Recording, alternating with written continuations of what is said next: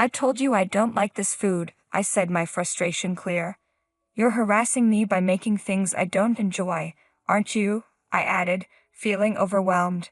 "But your husband likes it," she replied dismissively. "Just cook something else right now," I insisted, my patience wearing thin. I had reached my breaking point. The constant yelling and screaming from my mother-in-law when she didn't like something had become unbearable. I wasn't sure if I could handle her sarcasm and criticism for the rest of my life. I had resigned myself to enduring her bullying, but then something happened that changed everything. "My name is Ellen. My husband George and I have been married for 3 years, and we were living with my parents at their house. George, often away on business trips, was currently gone, and though I used to feel uneasy without him, had become so busy that I barely noticed his absence. My days were packed from dawn until dusk. I would wake up early to prepare a meal for my father-in-law, who rose with the sun. While he ate, I would clean the house and do the laundry. After he finished, I'd immediately clean up the dishes. Once the household chores were done, I'd rush to my part-time job. When I got home at 5 p.m., I'd cook dinner again, clean the house, and do laundry one more time. By the end of the day, I was exhausted. But the most draining part of my life was the constant bullying from my mother-in-law. Although she didn't work and spent all her time at home, she did no housework.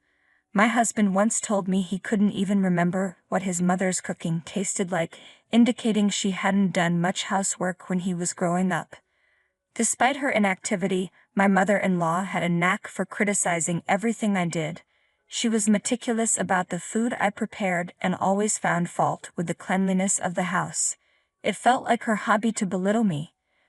Known in the neighborhood as a show-off, she would parade around in ill-fitting jewelry, and though the neighbors would compliment her, they didn't genuinely think she looked good. They were hesitant to upset her, perhaps out of respect for my father-in-law, who was well-liked and involved in the community. He had been an executive at a prominent local company and was still connected with many people from his professional life. Though my father-in-law never imposed his will, my mother-in-law's overbearing nature was often overlooked by the neighbors, who chose not to confront her. Feeling isolated, I had no one to turn to in the neighborhood. However, when my father-in-law fell ill and was diagnosed with advanced cancer, my world shifted. I was grateful for him, who was the complete opposite of my mother-in-law. Despite his illness, his kindness and genuine concern for me stood out starkly against the backdrop of my mother-in-law's cruelty. I knew that our financial stability was largely thanks to my father-in-law's past contributions. To show my gratitude, I tried to take care of him as best as I could. I made sure to keep him engaged with conversations, played cards with him, and prepared easy-to-eat meals to ensure he received the nutrition he needed. He was always appreciative and often expressed his thanks. "Thank you," he would say. "I'm so happy every day because of you." No, I would respond. "I'm just doing what I can." "I'm sorry for the burden my wife has put on you," he would continue. "She doesn't do much around the house." It was clear that my father-in-law was concerned about my mother-in-law's lack of effort. His gentle nature made it hard for him to address her shortcomings directly. Still, it was comforting to know he understood how poorly she treated me. "I'm sorry for leaving everything to you, Ellen," he said. "My wife should be doing a better job. You don't have to force yourself to take care of me." "Please don't say that," I reassured him. "I just want to repay you for everything you've done for me." His eyes welled up with tears as he held my hand and said, "Thank you." But then everything changed. My father-in-law's condition suddenly deteriorated, and he was rushed to the hospital in an emergency. When the ambulance arrived, he was already in a coma. The doctors informed us that his prognosis was uncertain and that we needed to prepare ourselves for the worst. The sudden turn of events left me in a state of panic, struggling to process the gravity of the situation. I couldn't stop crying when I saw my father-in-law, his face etched with pain. I felt a pang of sympathy for my mother-in-law, believing she must be deeply distressed. Asked her how she was coping. However, her response was chillingly unexpected. "I'm sure he'll never recover from this, but at least his inheritance will be enough," she said, her words cold and calculating. Her callousness enraged me. Meanwhile, my father-in-law remained unconscious, though his breathing was steady. I visited him daily, speaking to him as much as I could, hoping that somehow my words might reach him and prompt a response. Yet he showed no signs of waking. My mother-in-law, on the other hand, never came to see him. When I encouraged her to visit, she would respond dismissively. "Don't tell me what to do. I'm too busy every day. Spending time at the hospital is a waste." Whenever I tried to persuade her, she would lash out with harsh comments. She even had the audacity to instruct me, "Hey Ellen, you're bringing clean clothes for him every day, right? Just pretend I did it. Don't make the mistake of saying you did." Her intention was clear. She wanted to appear benevolent while avoiding any actual responsibility. "He'll never wake up, and his inheritance will be mine," she declared. "Don't talk nonsense to people about it." It was evident that my mother-in-law's sole concern was the inheritance, revealing just how little she cared about my father-in-law's well-being. I was so infuriated by my mother-in-law's selfishness that I decided I had to take action. With my father-in-law no longer at home, her bullying had intensified. "Why aren't you starting dinner yet? It's too early for that," she snapped. "I'm heading to the hospital now and will be back soon to cook." "You really piss me off, Ellen," she continued. "I've told you countless times that the old man is only good for leaving me his money. He doesn't need visits or sympathy." Her harsh words about my father-in-law were too much to bear. I wanted to retort but managed to keep my composure. Then I received a call from the hospital with the news I had been hoping for. "Is it true?" asked, heart racing. Thank God. My father-in-law had finally emerged from his coma, and remarkably, his condition had stabilized. I rushed to the hospital with my mother-in-law.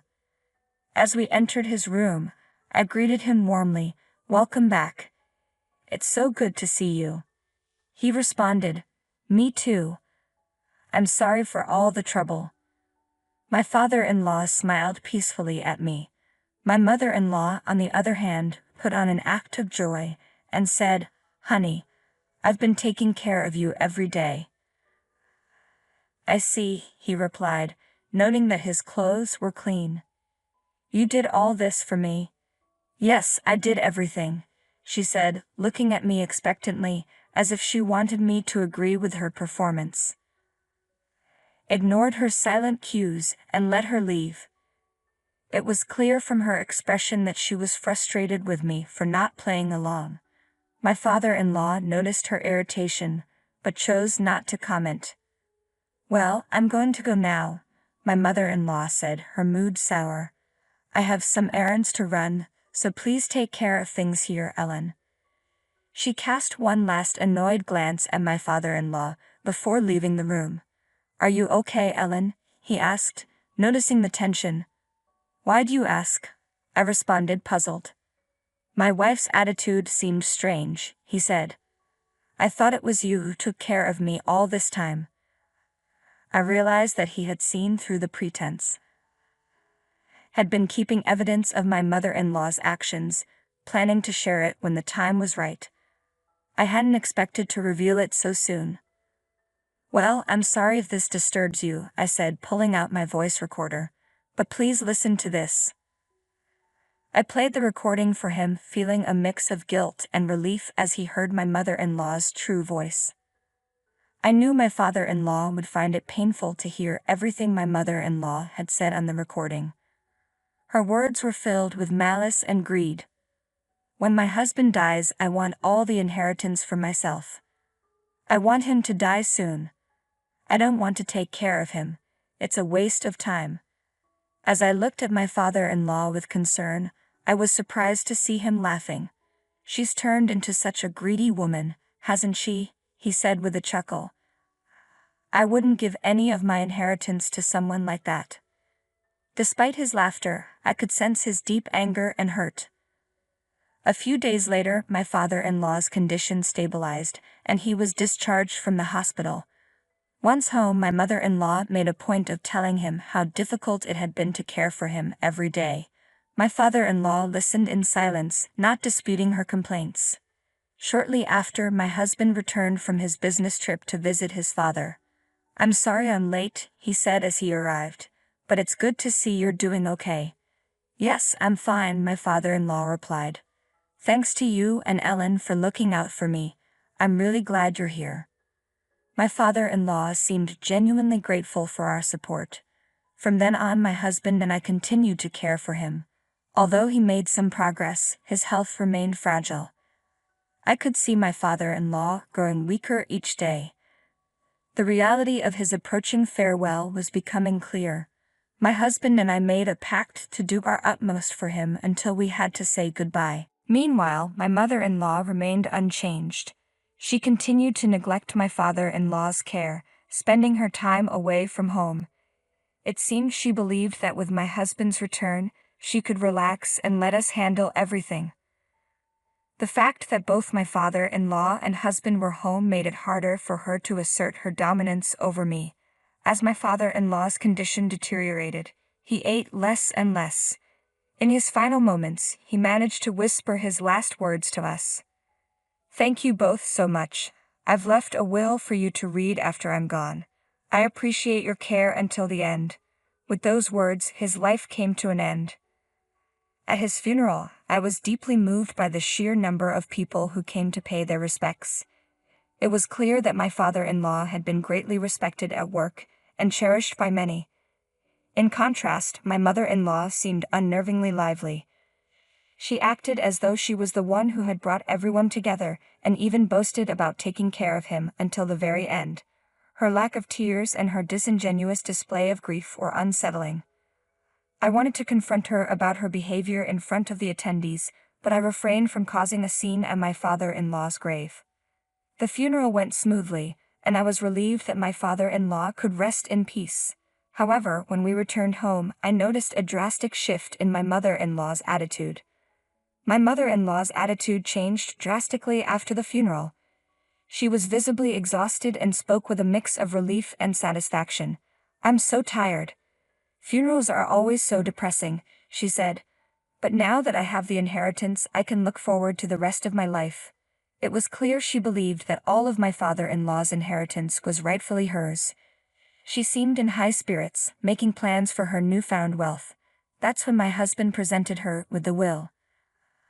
I'm sorry to change the mood, he said, but Dad left this will before he passed.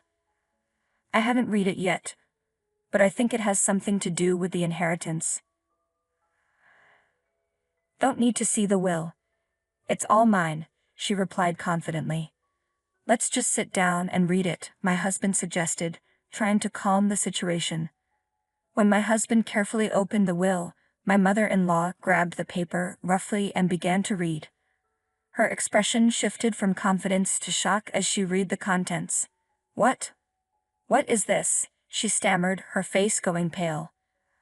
I took the will from her trembling hands and read it myself. It stated that I was to inherit everything my father-in-law had. It also mentioned that the inheritance was to be used by both me and George as a couple, acknowledging my care for him while my husband was away. This made perfect sense. My father-in-law's gratitude was evident in his will. But all of it, my mother-in-law protested, her voice rising in outrage. This isn't right. How can two strangers get everything? She accused me of forging the will and made vicious remarks, calling me names and claiming that I must have manipulated my father-in-law. Hey Mom, stop, my husband finally said, his anger rising. You've never taken care of Dad. Ellen did. That's why he was so grateful to her. My mother-in-law, now hysterical, began to cry uncontrollably. Please, please, at least leave me the house. I felt a pang of sympathy for my mother-in-law, knowing how hard it must be to lose the home she had lived in for so long. To ease her distress, I decided to offer her a small portion of my inheritance. You can keep the house, I said, looking her directly in the eyes. I understand you're struggling financially, so I'll give you some money as well. But please, don't act like you did before. We're moving out and you'll need to manage on your own. Her reaction shifted dramatically once she learned she would be receiving both the house and some money. Oh, thank God. I was afraid I'd lose the house too, she exclaimed, her mood lightening. If you're leaving, then get out already. With that, she returned to her old, unpleasant self. I was frustrated by how easily I had been manipulated by her false tears, but the thought of no longer living with her outweighed my irritation over the portion of the inheritance I was giving away.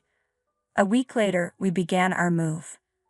We planned to temporarily live in an apartment while searching for a suitable location to build a new house. Thanks to the inheritance from my father-in-law, we would be able to construct a beautiful home. I also wanted to build a small altar in his honor to show my gratitude. I was thrilled at the prospect of a new chapter free from the constant scrutiny of my mother-in-law. On the other hand, she struggled to adjust to her new circumstances. Despite losing her primary residence, she continued her lavish spending habits, living beyond her means.